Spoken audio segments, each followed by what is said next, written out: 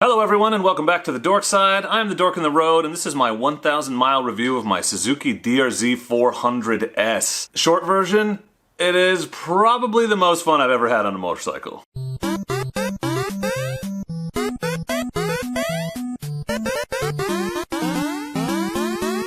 That's right everyone, I am the Dork in the Road and I want to be your internet riding buddy, so please consider subscribing and don't forget to turn on those notifications so that you know when I post awesome new content just like this. 6 months ago, I picked up a 2020 Suzuki DRZ400S. I've put 1,000 miles on it since then, on and off the road, primarily off pavement with about a 50-50 balance between trail riding and forest road exploration. So if you're here, I'm guessing you know a little bit about the DRZ already, but just really quickly, for those of you who maybe don't, the DRZ400S is a 398cc single-cylinder dual-sport motorcycle made by Suzuki. Mine is the S model, not the SM model, which is the Supermoto. It's a 2020. The DRZ has a 5-speed transmission, adjustable suspension. It's not fuel-injected, it's carbureted. Has a seat height of 36.8 inches, curb weight of 317 pounds, and MSRP on the DRZ is $68.99. The DRZ has been virtually unchanged since it was introduced in 2001. Basically the same bike, so my review could apply to basically any year model of DRZ that's ever existed ever. Just so you know where I'm coming from with my thoughts and feelings on this bike, I've been riding for 4 years now. The last 3 primarily dual sport riding with some adventure riding thrown in. The DRZ is my second dual sport I upgraded from a Honda CRF 250L. Was looking for more power and capability. My decision came down to the DRZ and the CRF 450L, and I ended up going with the DRZ for reasons which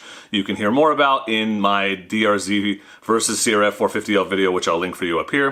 I've had the DRZ for 6 months. In that time, I've ridden it on the highway, freeway, around town, in the snow, in the mountains, and I've done hundreds of miles of trail riding in sandy, muddy, rocky, technical, and snowy conditions. Check out my dual sport adventures and dual sport trail riding adventures playlists to see the kind of riding I've been up to, if you want to get a sense. I want to give you sort of the pros and the cons of the bike from my experience, and then kind of a final conclusion, final word on the DRZ400. So pros, first thing you notice, excellent low-end torque. This bike is torquey as all hell. Instant power whenever you want it. Like I've said before, if you come around a corner, there's a steep hill, you can twist the throttle and get the power you need instantly, which is nice. So it's just very torquey and very awesome that way, and that's part of what makes it so fun to ride, is that you twist the throttle and you've got torque and acceleration pretty much any time. It has an excellent suspension, noticeable upgrade over my 250L, and I haven't even dialed it in yet. It already feels good at base settings, so I can imagine it would only get better if I had it set up exactly right for me. This bike has been around for 20 years, as I mentioned, unchanged, and one huge advantage of that is the community. There are 20 years of riders and owners out there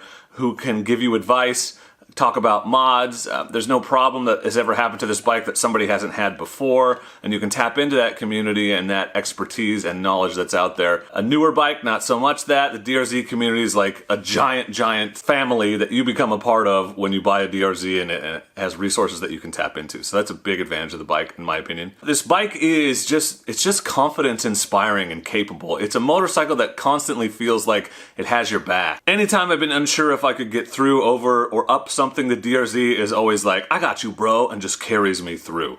It always impresses me. It has made me better as a rider and improved my confidence, which is arguably the most important thing. And this DRZ has done wonders for my confidence, and you can see it in my riding videos from 6 months ago to now. The carb and the lack of 6th gear are things that people always complain about, but to me they haven't really been a problem. I've ridden it up in the mountains in the snowy conditions, and I barely need to use the choke at all, even in those near freezing temperatures.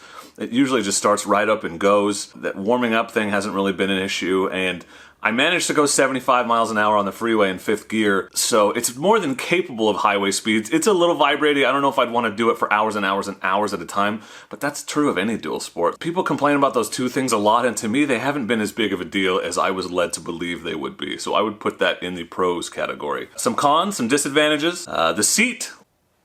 What more is there to say? Dual sport seats are never comfortable. I was lucky enough to get a deal on a used seat concept seat very early on, and so I didn't have to spend much time on the stock seat, which is good because it was very uncomfortable. Oil changes, this is a stupid nitpick, but they're just overly complicated compared to other motorcycles. There's 2 drain plugs with 2 different size crush washers. There's O-rings you gotta replace. It's not as simple as pull the plug, drain the oil, change the filter, put the plug back in, fill it back up. There's a little bit more of a layer of complexity. You need a few more supplies. This takes a little longer. It's a nitpicky complaint. It's really hard to check the oil too because of the way it's stored in the frame tube. It's just a weird design. It's not a huge deal. It's definitely not a deal breaker, but something to be aware of. Stock tires are awesome on the road. Those Deathwings made me really appreciate what it must be like to ride a supermoto because they had great grip on the road. But the second I got them in loose mud, they proved to me how scary and worthless they are off-road, and I swapped them out basically 2 weeks later. This bike has no modern features whatsoever. If you're looking for a modern dual sport, you are in the wrong place. There is no traction control, ABS, no fuel gauge, none of that fancy stuff that some modern bikes have. This is a motorcycle that is dead simple. That's part of why it's so reliable. It's made to get you there and help you have a good time once you get there,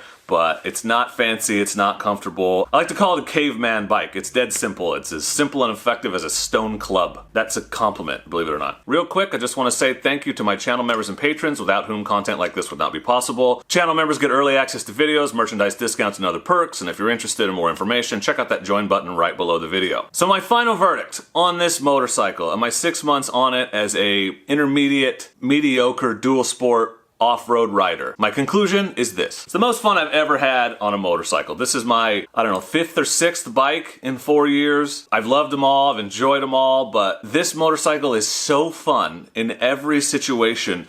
From the situations that it's designed for, right? Off-road riding, so fun. Trail riding, exploring the woods, great. But it's also like stupid fun in the most boring everyday situations. Gotta run to the post office?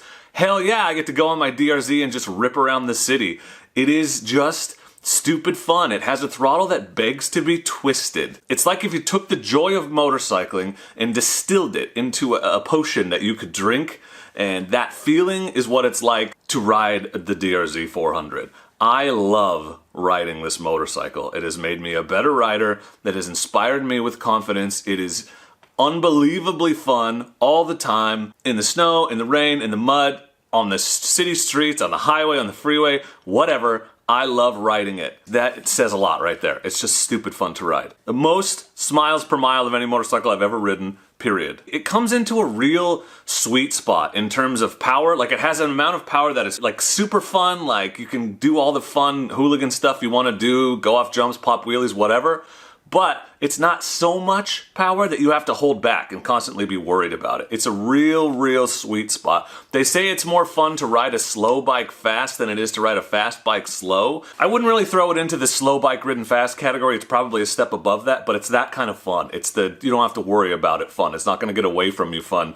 You don't have to hold back fun. Just give it a twist and hold on and you'll get there, make it happen. It's fun for motorcyclists of all skill levels. Maybe a little intimidating for brand new riders just because it's kind of torquey and tall, but if you're at least mildly experienced to very experienced, you will have a hell of a fun time on a DRZ400. It's a great bike if you only have one bike. It can kind of do everything reasonably well. The only thing I would say it's not super awesome at is maybe hours and hours on the freeway. So if you only have one motorcycle, if I was gonna go down to one bike right now, it would be the DRZ hands down. It's just like they hit some kind of magic back then at the dawn of the millennium with this design. There's a reason why it's so popular. There's a reason why it's still around, and yes, I know emissions, I get it. That's part of the reason why the design hasn't been updated, but they wouldn't keep making them if they weren't selling them, and they keep selling them because it's a stupid fun, super reliable, easy to ride, awesome motorcycle. It's just really fun. I've said fun 400 times in this review. It's fun. This bike is fun. It's a great design, bulletproof, reliable, all kinds of capable, friendly to people like me who do maintenance tasks infrequently. It's a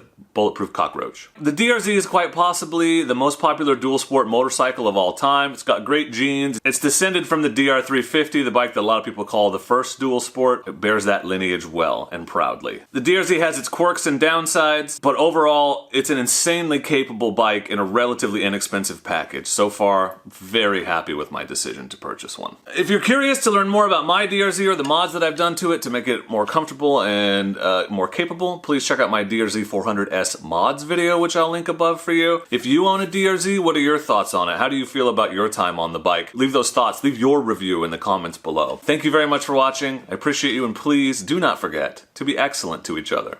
Thank you. Excellent!